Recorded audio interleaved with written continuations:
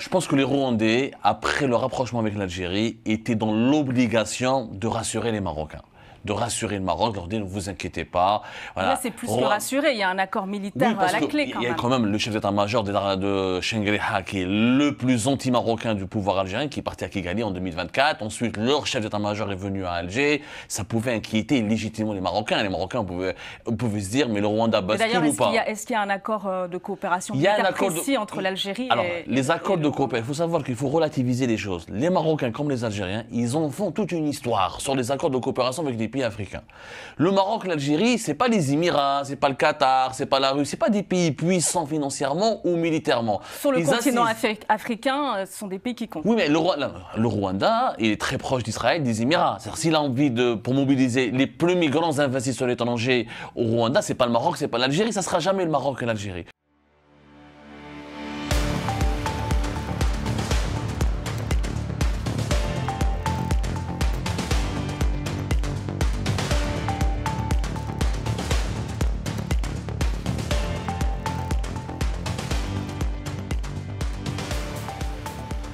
Bienvenue dans Multipolaire sur Global Africa Télésud. Ravi de vous retrouver comme chaque semaine. Le Rwanda a signé le 18 juin dernier un accord militaire avec le Maroc et effectue une percée au Maghreb, une entente qui soulève un certain nombre de questions sur les enjeux et la stratégie commune de Rabat et Kigali pour redynamiser la coopération sud-sud. Surtout que le royaume chérifien a également passé un accord de défense avec l'Éthiopie, tandis que le Rwanda a pris soin de renforcer sa coopération économique avec l'Algérie. On va essayer d'y voir plus clair dans ce chassé-croisé, décortiquer les dessous de l'accord militaire rwando-marocain avec nos invités. Bonjour, Jed Koboudé, vous êtes chercheur chez Interglobe Conseil, ravi de vous retrouver.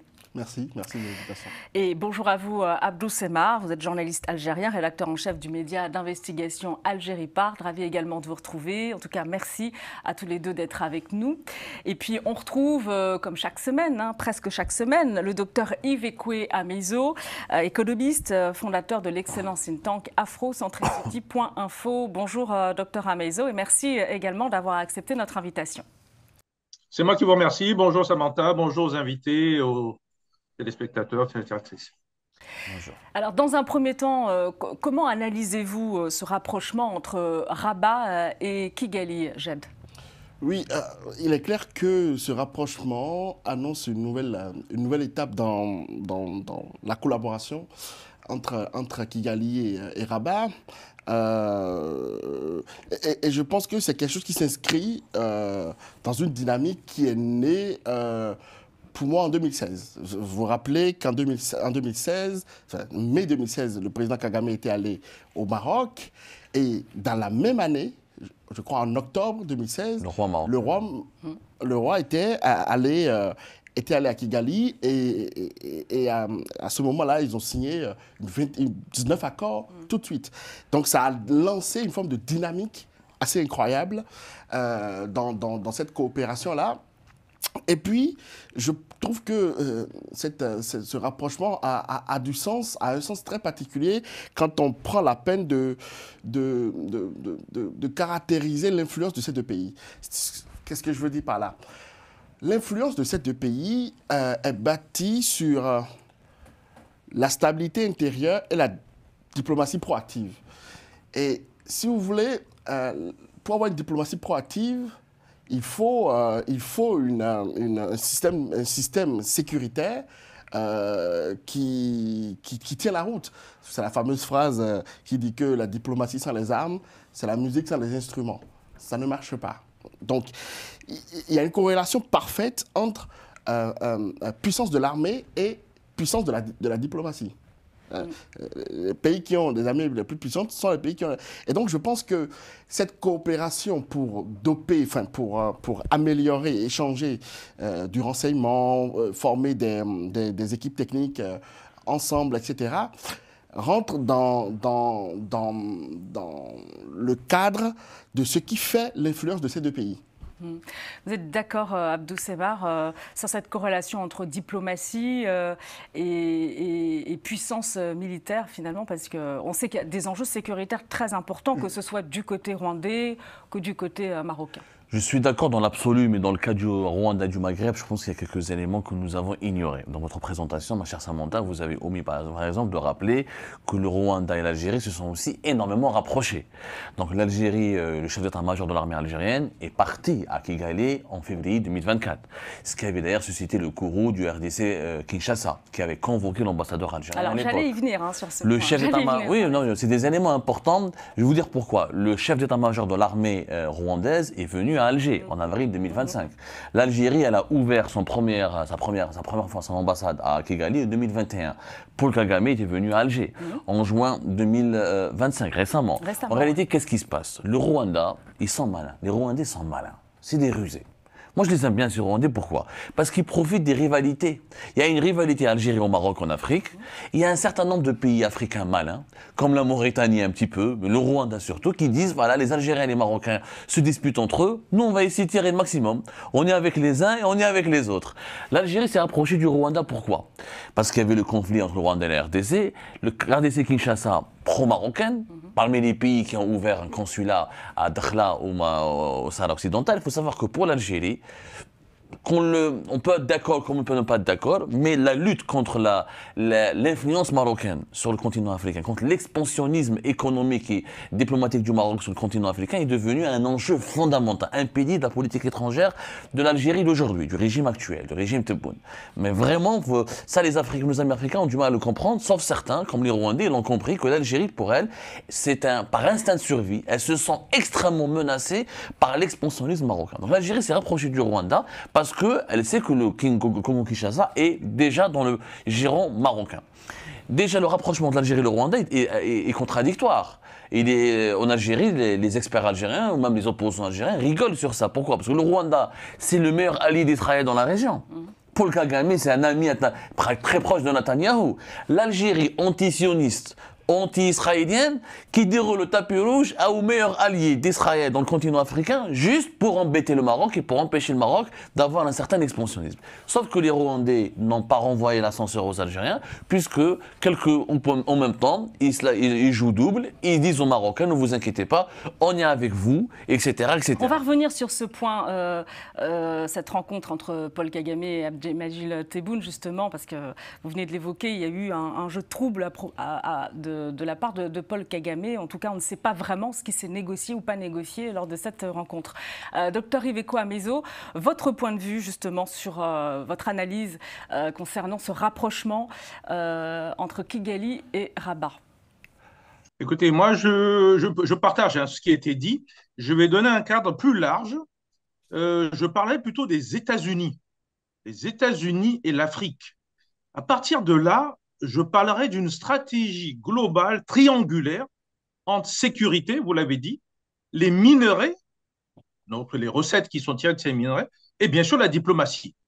Quand vous mettez ces trois ensemble, vous tombez sur une contradiction qui explique ce qu'a dit mon intervenant précédent. C'est-à-dire qu'il y a une contradiction dans le jeu du Rwanda. Sauf que si vous remontez au niveau États-Unis, vous allez mieux comprendre le jeu de chacun, que ce soit le Rwanda ou le Maroc. Pourquoi? Il y a les accords d'Abraham, j'espère qu'on va en parler. C'est dans un cadre global américain pour ramener, en gros, les pays arabes à être en une sorte de paix avec Israël, ce qui ne se passe pas tout à fait bien d'ailleurs. Et en même temps, ce Rwanda dit africain qui joue un jeu, mais alors quasiment à 150% pour Israël en Afrique. Or, si vous regardez bien un tout petit peu en retrait, vous vous apercevez que ça rentre dans un plan global des Américains, États-Unis, dans lequel chacun a son rôle précis. Et il fallait pour le Rwanda venir justement en Algérie pour prévenir, calmer le jeu, et que justement ça ne réveille pas, je dirais, un côté, disons, souveraineté absolue de l'Algérie. Donc, qu'est-ce qui a été discuté? Vous avez raison, on ne sait pas tous les détails, sauf que, comme je vous ai dit qu'il y a un volet économique, ben, écoutez, quand vous récupérez quelque chose en économie, ben, vous avez plutôt tendance à être silencieux là-dessus. Par exemple, le Rwanda n'a rien dit en Algérie sur le problème du Sahara occidental. Or, c'est un problème fondamental pour l'Algérie. Alors justement, là-dessus, on va rebondir sur cette problématique-là et sur ce que vous avez évoqué tout à l'heure, Abdou Semar. Effectivement, il y a eu cette rencontre, je rappelle, entre Paul Kagame et Abdelmadjid Tebboune, et beaucoup de flou. Il y a eu un communiqué publié. Dans ce communiqué, chacun a salué, Paul Kagame a salué la coopération économique sans faire mention justement du dossier concernant le Sahara occidental. Et l'agence de presse algérienne APS a affirmé, je cite, « Les deux parties ont souligné leur soutien au peuple sahraoui et à son droit à l'autodétermination à travers un référendum libre, régulier et juste, conformément aux décisions de la légalité internationale ». Fin de citation donc de l'agence de presse algérienne. Comment est-ce qu'il faut interpréter toutes ces affirmations? Celle de Paul Kagame qui ne fait pas mention justement du Sahara, cet article de l'agence de presse algérienne. Est-ce que Paul Kagame aurait effectivement évoqué le dossier sahraoui, faute d'avoir obtenu plus que prévu? Voilà, il s'est abstenu de communiquer sur ce point sensible.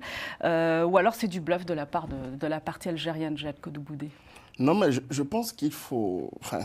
pour comprendre le jeu des acteurs, il faut prendre un peu de recul. Le Rwanda, effectivement, joue la carte de la neutralité sur la grande question du Sahara occidental. Parce que au moment où le Rwanda prendra position, il perdra un des deux pays. Soit le Maroc, si il s'exprime en faveur de l'Algérie, soit l'Algérie s'il s'exprime en faveur du Maroc. Donc la question est beaucoup trop complexe pour le Rwanda. Et je pense, et je prophétise presque que le Rwanda ne prendra jamais position sur cette question. Parce que le Rwanda, au fond, qu'est-ce que joue le Rwanda? Vous êtes d'accord là-dessus? Alors je pense que le Rwanda est pragmatique. Le Rwanda n'est pas aussi proche du Maroc que le Congo-Kinshasa. Il n'a pas ouvert, il ne reconnaît pas encore la souveraineté du Maroc sur le Sahara occidental. Il reconnaît superficiellement le Polisario, la République arabe sahraoui. Sauf qu'à Alger, c'est une technique algérienne. En fait, en Algérie, dès qu'une délégation étrangère vient, on essaye d'amener cette délégation étrangère de parler du Sahara occidental. C'est un lobbying qui est fait par l'Algérie. C'est pas propre au Rwanda. Demain, même si l'île Maurice envoie une délégation en Algérie, ils vont essayer de parler. Parce que l'Algérie, elle a un objectif, c'est de faire revivre la question du Sahara occidental et de l'utiliser comme un barrage pour empêcher encore une fois l'influence régionale et une hégémonie marocaine dans la région. C'est une affaire de survie pour l'Algérie. Donc pour n'importe quel. Les Rwandais, ils ont profité de l'Algérie au niveau de l'assistance militaire. L'Algérie, dans le cadre du conflit entre le Congo-Kinshasa, elle a estimé que le Congo-Kinshasa du côté du Maroc, nous on va essayer de séduire les Rwandais en leur proposant une assistance militaire. C'est une assistance militaire limitée. L'Algérie, c'est pas les USA, c'est pas la Russie, etc. Donc pour Kagame, il est intelligent. Il a accepté de venir à Alger pour discuter avec Tebboune, etc., pour s'afficher que le Rwanda est un pays pro-israélien, mais c'est pas un pays anti-africain, qu'il parle avec tous les autres pays africains, qu'il accepte de coopérer. Mais il n'a pas tourné le dos au Maroc. Il n'a pas tourné le dos au Maroc, la preuve. C'est ces nouveaux accords qui ont été signés. Donc, il ne peut plus tourner le dos au Maroc. C'est un opportunisme. Les Rwandais ont excellé dans l'opportunisme. Les Algériens ont réussi à se repositionner dans une région dans laquelle ils ont été éjectés ces dernières années, notamment à cause de la maladie du l'ancien chef d'État Abdelaziz Bouteflika. Depuis pratiquement le début de son 4e mandat de 2014 à 2019, l'Algérie a été oubliée dans cette région-là. On s'est repositionné, effectivement, mais les fruits et les objectifs fixés n'ont pas été atteints. Aucun des pays. L'objectif de l'Algérie, c'est quoi? C'est de créer un groupe de pays anti-marocains qui lui sont favorables. Cet objectif n'a pas réussi pour le moment. Pour revenir aux objectifs rwandais, parce qu'on a évoqué, il y a un volet sécuritaire, mais il y a peut-être aussi un volet business financier. Et c'est peut-être, ça entre business, dans le cadre de... Les échanges économiques entre l'Algérie et le Rwanda sont extrêmement superficiels. Ah non, on parle du Maroc, là. Le Maroc, l'accord militaire avec le Maroc, est-ce qu'il y a un volet financier dans le cadre de cet accord, à votre avis? Depuis 2016, vous avez une installation gigantesque des banques marocaines au Rwanda. Vous avez des accords de coopération en matière d'assurance. Vous avez un nombre croissant d'étudiants rwandais qui s'installent au Maroc pour faire leur étude supérieure. Vous avez une coopération très forte en matière dans le domaine de la pharmacie. Vous avez... Et en termes de chiffres, c'est combien? Parce qu'il y a beaucoup d'annonces. Même du côté marocain, on nous annonce un modèle, une présence marocaine. Mais quels sont les chiffres réels? Les chiffres sont combien? Sur le cas des étudiants, par exemple, ces 5 dernières années, le nombre d'étudiants rwandais au Maroc a doublé. Oui, mais en termes d'échange économique, voilà, ça ça rapporte pas beaucoup de business. N'oubliez pas que ce sont les étudiants d'aujourd'hui qui vont diriger le Rwanda de demain. Et que c'est un peu comme la politique française. Parce que nous, en Algérie, par exemple, depuis les années 70 jusqu'aux années d'aujourd'hui, il y a eu des milliers d'étudiants africains des pays du Sahel qui ont étudié chez nous. Ben là, on voit que ça n'a rien donné, puisqu'on a un problème avec les pays du Sahel. Il y a effectivement, ça veut rien dire, hein. De toute façon, il y a des échanges, il y a une coopération économique, c'est clair. Mais concernant cet accord entre Kigali et Rabat, cet accord militaire, docteur Yves Ekoamizo, est-ce qu'il comporte, à votre avis, un volet financier, c'est-à-dire des compensations financières, par exemple pour le Rwanda? Oui, la réponse, c'est une question très pertinente, hein. J'avais essayé en tant qu'économiste de trouver le chiffre en question.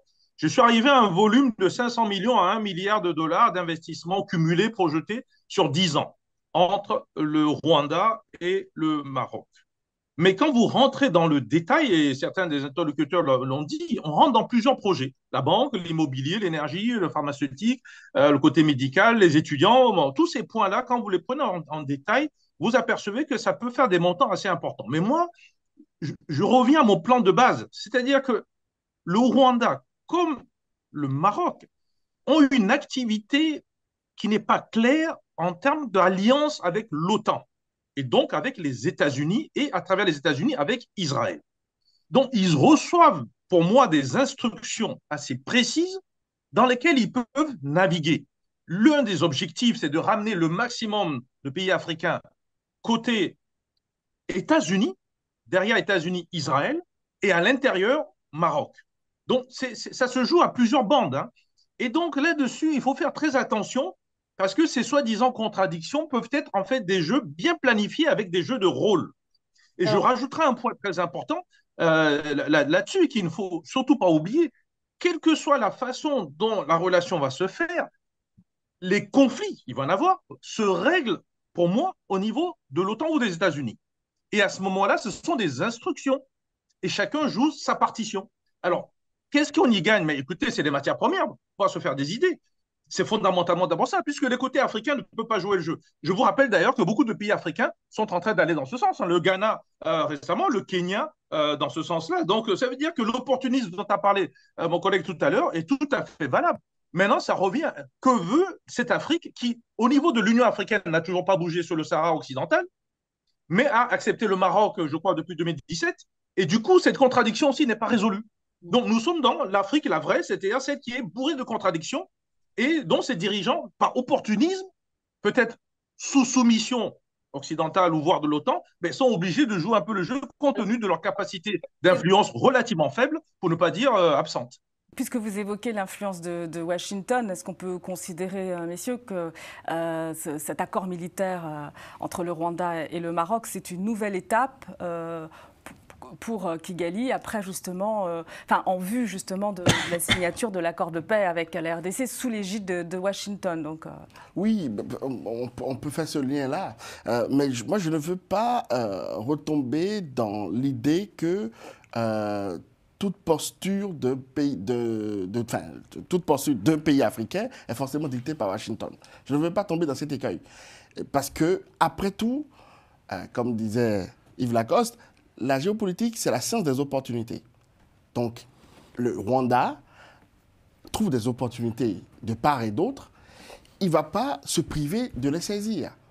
C'est aussi simple que ça. Je ne pense pas qu'il faille chercher des explications cosmiques à cette apparente contradiction qui est de tenir les deux bouts, c'est-à-dire le bout marocain et le bout algérien. Donc ça veut dire que c'est de l'opportunisme économique pur. Abdou Semar, vous évoquiez tout à l'heure quand même une stratégie rwandaise opportuniste, certes, mais il y a l'axe Rabat, Kigali, les accords d'Abraham, Israël. Donc, je pense que les Rwandais, après le rapprochement avec l'Algérie, étaient dans l'obligation de rassurer les Marocains. de rassurer le Maroc, leur dire ne vous inquiétez pas. Voilà. Là, c'est plus que rassurer, il y a un accord militaire à la clé quand même. Il y a quand même le chef d'état-major de Chengrija qui est le plus anti-marocain du pouvoir algérien, qui est parti à Kigali en 2024. Ensuite, leur chef d'état-major est venu à Alger. Ça pouvait inquiéter légitimement les Marocains. Les Marocains pouvaient se dire mais le Rwanda bascule ou pas. Est-ce qu'il y a un accord de coopération militaire précis entre l'Algérie et les accords de coopération, il faut savoir qu'il faut relativiser les choses. Les Marocains comme les Algériens, ils en font toute une histoire sur les accords de coopération avec des pays africains. Le Maroc, l'Algérie, c'est pas les Émirats, c'est pas le Qatar, c'est pas la Russie, c'est pas des pays puissants financièrement ou militairement. Sur le continent africain, ce sont des pays qui comptent. Oui, mais le Rwanda, il est très proche d'Israël, des Émirats. C'est-à-dire s'il a envie pour mobiliser les plus grands investisseurs étrangers au Rwanda, c'est pas le Maroc, c'est pas l'Algérie, ça sera jamais le Maroc et l'Algérie. Je pense que sur le plan du business, il y a des pays beaucoup plus importants que le Maroc et l'Algérie avec lesquels les autres pays du continent africain traitent et essaient de ramener des capitaux. C'est un positionnement, c'est pour rassurer les Marocains et Paul Kagame, je pense qu'il a une posture, c'est d'être le médiateur dans le continent africain entre les pays anti-israéliens, anti-occidentaux et ses amis israéliens et occidentaux. Je pense qu'il joue le rôle du médiateur, il essaye d'aller vers l'Algérie, d'aller vers l'Afrique du Sud, d'aller dans ces pays-là. Oui, pour créer un équilibre entre les pays souverainistes en Afrique et les pays ouverts à une alliance avec les Occidentaux et décomplexés par rapport à Israël. Moi, je n'y crois pas du tout. Alors, c'est une lecture que j'ai déjà entendue, que j'entends, que je respecte, mais je ne crois pas du tout. Moi, je pense que Paul Kagame fait la politique de sa géographie, c'est-à-dire que c'est quelqu'un qui est profondément nationaliste en fait. Hein. Et donc. Mais est-ce qu'il est panafricain?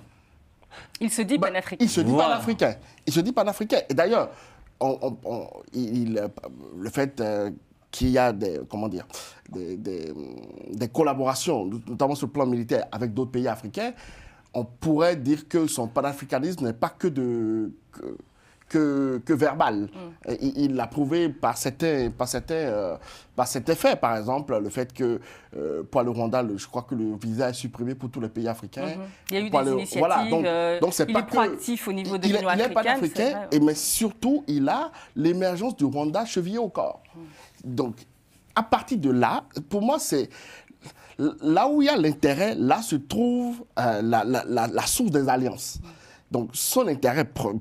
Il faut dire que le Rwanda, c'est aussi un spécialiste des accords militaires, hein, pas seulement avec des pays africains, mais avec la France aussi. Avec la France, etc. Il y a aussi un élément que nous avons oublié. Une forteresse, en fait. Le Rwanda profite aussi du déclin de d'autres grands pays africains. Il aspire à devenir le leader du continent, leader de la région. Le Rwanda veut peut-être devenir le Qatar de la région, entre guillemets. Hein. Voilà, avec le déclin du Nigeria et de ses problèmes internes, l'Afrique du Sud et ses problèmes économiques internes, l'Égypte qui est loin, le Maghreb qui est divisé, le Rwanda, il se dit quoi? Il y a un boulevard royal pour moi, pour devenir le leader de la région, le leader de l'Afrique. Vous parlez de leadership, justement, aussi le Rwanda est très sollicité sur le plan sécuritaire en Afrique. Hein. Il y a eu des participations au sein de missions de sécurisation. Et Kigali, par exemple, est présente au Mozambique. Dr Iveco Amezo bénéficie même d'une enveloppe de l'Union européenne pour protéger des sites stratégiques dans la province de Cabo Delgado, pour protéger notamment Total, enfin des géants pétroliers européens. Présent aussi en République centrafricaine, on évoque souvent un business sécuritaire de la part du Rwanda qui déploie ses forces de sécurité moyennant une enveloppe financière, à tort ou à raison. Ce business sécuritaire que l'on évoque à propos du Rwanda. Oui, écoutez, le business sécuritaire, il n'y a pas de dossier là-dessus. Bon, ce que je regarde, c'est surtout les mots que vous utilisez. Business sécuritaire, il n'y a rien de différent du mot mercenariat. Sauf que là, ça fait relativement gentil et qu'on n'en voit pas les morts. Le Rwanda, depuis le début, a choisi cet axe. Il a compris très tôt, qu'il fallait ne pas se mettre à dos des grandes puissances militaires. Israël, les États-Unis, de manière générale, l'OTAN. Il faut bien se mettre ça dans... On ne peut pas comprendre le Rwanda. Deuxième chose, le Rwanda est nationaliste, je confirme, et il veut faire respecter sa souveraineté. C'est Rwanda first, bien avant M. Donald Trump qui parle de America first. Donc, si vous avez ces deux éléments-là, vous comprenez pourquoi il peut, de manière unilatérale, organiser son armée, qui a commencé depuis plus de 25 ou 30 ans en Ouganda, il faut le savoir, et à partir de là, s'approprier aussi des matières premières de la RDC, il ne faut pas l'oublier. Et il le fait aussi pour le compte d'autres pays, y compris l'Union européenne, entre parenthèses. Donc, à partir du moment, oui, vous avez un business sécuritaire, mais pour qui? Et je pense que dans ce petit jeu, les États-Unis ont dit, mais écoutez, il faudrait peut-être qu'on fasse grossir notre partie de ce que nous pouvons récupérer de la RDC. Donc, ici, un accord direct. Et qu'est-ce que fait le Rwanda? Mais il est perdant. Donc, on essaie de lui ouvrir la voie à aller trouver d'autres partenaires. Et justement, cette notion de business sécuritaire, est-ce qu'elle vaut aussi pour le Maroc, Abdou? Oui, elle vaut pour le Maroc parce que le Maroc, il a un accord de coopération militaire important avec Israël depuis novembre 2021 et que depuis 2021 jusqu'à 2024, il y a eu une série d'annonces d'implantation, d'installation d'entreprises militaires israéliennes. Le complexe industriel et militaire israélien considère ou utilise le Maroc comme la porte d'entrée dans le marché africain afin de concurrencer les Turcs, les Russes et les Chinois. Il y a un marché important, les pays africains, en termes de sécurité, il y a des besoins importants, il y a une démographie importante, il y a des menaces et des périls importants. Donc les pays africains sont appelés à multiplier ou à augmenter leurs dépenses militaires et le Maroc profite de cette alliance technologique et militaire avec l'Israël pour essayer de bien se positionner sur le marché africain. Ça énerve l'Algérie, ça énerve malheureusement l'Algérie. Elle est extrêmement dépendante du complexe militaire russe qui a prouvé ses limites dans la guerre en Ukraine et elle n'est pas capable peut-être de rivaliser avec l'appareil militaire et technologique israélien, ça c'est une évidence, mais elle essaye aussi de se frayer un chemin avec un dialogue avec les États-Unis d'Amérique, avec l'Inde, la Chine, pour développer une certaine infrastructure locale. Mais force est de constater qu'aujourd'hui, les pays qui sont alliés avec Israël et les États-Unis d'Amérique ont une longueur d'avance. On le voit bien. Et à votre avis, Jed Kouboudé, est-ce que dans le cadre de cet accord militaire, le Rwanda serait susceptible, pourquoi pas, d'intervenir, de proposer ses services dans des zones sensibles au Maroc? Absolument. Et il y a une limite, vous pensez une ligne rouge que le Rwanda ne franchira pas, peut-être le Sahara occidental? Non, mais ça c'est évident. Ouais. Je ne pense pas que le Rwanda se prendra position sur le Sahara occidental. Parce que s'il fait ça, il perd justement.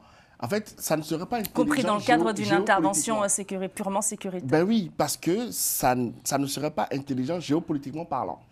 Parce que, encore une fois, la géopolitique, c'est la science des opportunités. Il y a une opportunité, des opportunités gigantesques qui existent du fait de la rivalité entre le Maroc et l'Algérie. Il n'y a aucun intérêt à prendre position sur le Sahara occidental. Docteur Iveco-Amezo, on va conclure avec vous. Côté marocain, on inscrit en tout cas cet accord militaire dans le cadre de la coopération sud-sud, portée par une décennie maintenant, peut-être plus, par le royaume chérissien. Est-ce que c'est nouveau à votre avis et quelles en seraient les conséquences? Mais moi, je dirais surtout que c'est une coopération sud-sud sécuritaire, puisque c'est exactement ça. Au niveau budgétaire, le Maroc, en fait, en termes d'investissement pour la défense, je crois, était dans les 13 milliards. L'Algérie était pratiquement le double, à 21 ou plus. Et donc, la seule manière de rétablir un minimum d'équilibre, c'est d'aller faire des alliances à l'extérieur. Le Maroc l'a fait avec l'Israël, avec les États-Unis, et se retrouve en position renforcée. Et l'Algérie n'est pas vraiment rentrée dans le BRICS, etc. Donc, il y a un côté asymétrique qu'il va falloir prendre en compte. Maintenant, pour répondre à votre question, oui, le côté militaire, c'est devenu une sous-traitance. Le Maroc aussi, en termes d'opportunités, va en profiter et rajoute les infrastructures parce qu'il permet à certains pays qui signent des accords avec eux de venir se former, de venir avoir des possibilités d'ouvrir sur leur côté infrastructure, etc. Et les Africains, parce que c'est en fait ça le fond du problème. Comment se fait-il que l'Afrique n'arrive pas à avoir sa défense, sa sécurité? Depuis 1963, on avait proposé d'avoir une armée africaine et ça ne fonctionne pas, bon an, mal an, pas du tout en fait. On a des éléments, bien sûr, le Rwanda et d'autres qui viennent soutenir, mais en réalité, ça ne fonctionne pas parce que les États ne veulent pas justement soumettre d'abord du budget et ensuite s'organiser pour ça. Du fait que chaque fois qu'il y a un conflit, il faut des gens de l'extérieur, ce soit l'ONU, ce soit maintenant des armées privées, voire certains pays comme le Rwanda qui sont spécialisés. Et le Maroc a compris ça et rentre là-dedans et je pense va aller loin parce qu'en fait, la plupart des Africains, dès qu'on leur propose en contrepartie quelque chose en économie, écoutez, ils cèdent. Voilà ce que moi je pourrais dire et qui est dommage. Merci beaucoup à vous, Dr Iveco-Amezo. Merci, Jed Kouboudé. Merci beaucoup, Abdou Semar. Merci à vous tous pour vos analyses. On aura l'occasion peut-être de revenir sur tous ces sujets sensibles. Et merci à la réalisation, à Romain Clicquot-Deminck, Moustapha Kanté. Merci à vous de nous avoir suivis. Vous retrouvez Multipolaire sur nos réseaux sociaux. Évidemment, à la semaine prochaine.